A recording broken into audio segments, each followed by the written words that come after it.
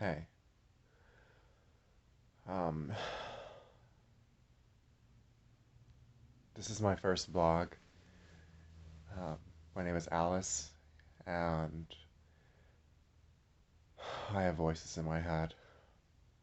It's about 12 different people, I guess you can say, living inside me, and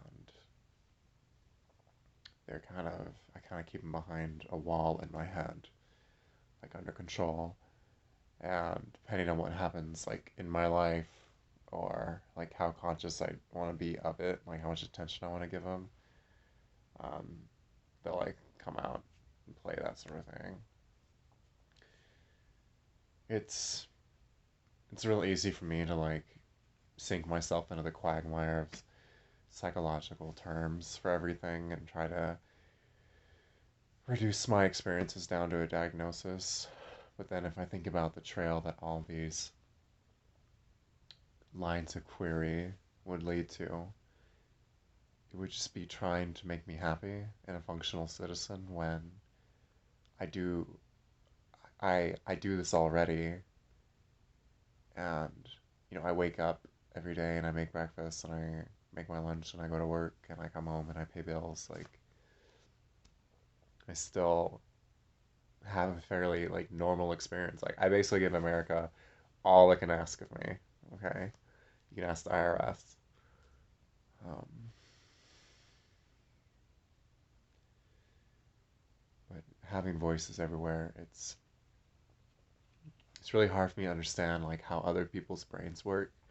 Just because I've spent so long trying to decipher mine, which I know isn't like a unique characteristic, but I'm gonna try to send away as many like addendums and hedges because y'all are here listening to my video.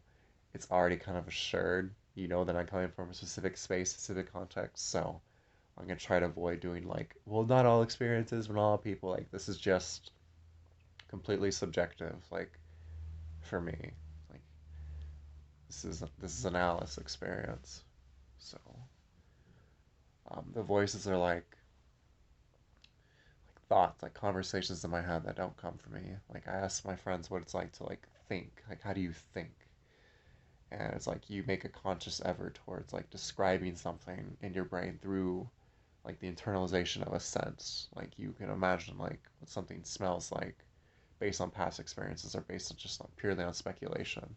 And even if that is like the limits of their randomness and sort of external influence of it, the way I described how other people talk to me in my head, it's entirely different from what they perceive, even when they're just talking to themselves or like their imaginary friends or anything like that.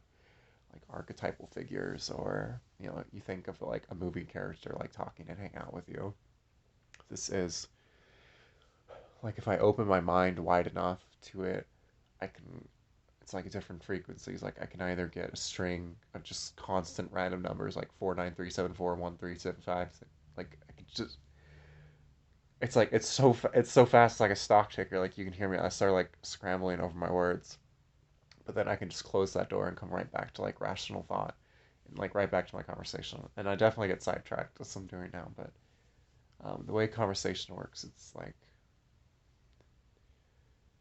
I'll be in my head thinking about something. Like I'll have my own like constructed spaces, you could say, that I can like go to if I need to, like just within me, without having to like go out anywhere.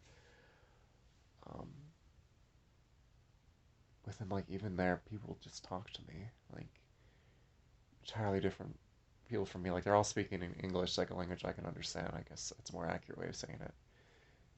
But people from like all different times and all different places and backgrounds and genders, and it's strange. I mean, I'll probably go like into specifics about it, like when it started, like my history and everything. But to conceptualize it like in one sentence, it's basically an external voice that conversates with me in my own head. And, just like a normal conversation you hear audibly, because I don't hear this audibly, it's all up in here. It's like very rare for me to hear like physically physical perception is really rare for them to cross that boundary. It has happened, but it's like super rare. It's morally just mental. And I guess the sad part and like why I originally tried to make this video is it's really hard for me to understand other people because of it. I think that's the most difficult part. Like, praise God, like I've developed like such a love for humanity and for myself and for other people. Like, just it's it's so lonely without them. I think that's the biggest part. And I know that will be like a buzzword for people that are interpreting me purely psychologically. But I mean, we all get lonely when nobody talks to us. And for me, like I get more annoyed than lonely most of the time with them because they'll just interfere with my thought trains or my daily conversations, and I have to account for their presence and all stuff. It's just like having a cackle of kids following you around everywhere because they're mostly like just spirits, like fairies and little demons and stuff like that. But I like to think that it's because of the great love that they saw in me. Like they saw a need for me as a child. And so they saved me, and now they want me to save them, so to speak. And I can feel like the spiritual burden of that in my everyday life, my relationships. You can even create such a huge reductivist view that all of this is just a cure for loneliness, which I mean, is still fair play. But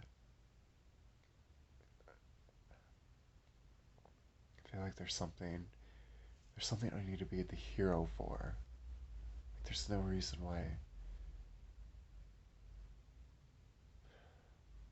reason why the voices would talk to me and not everybody.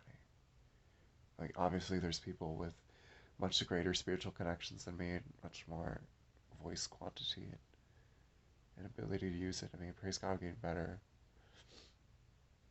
But I just wanted to make this video to kind of talk about it because, I mean, you can see in the background, these are all just a fraction of the worlds I've been seeing, or the worlds I've been shown, rather. And you can imagine why it's so hard to live on this one because of it.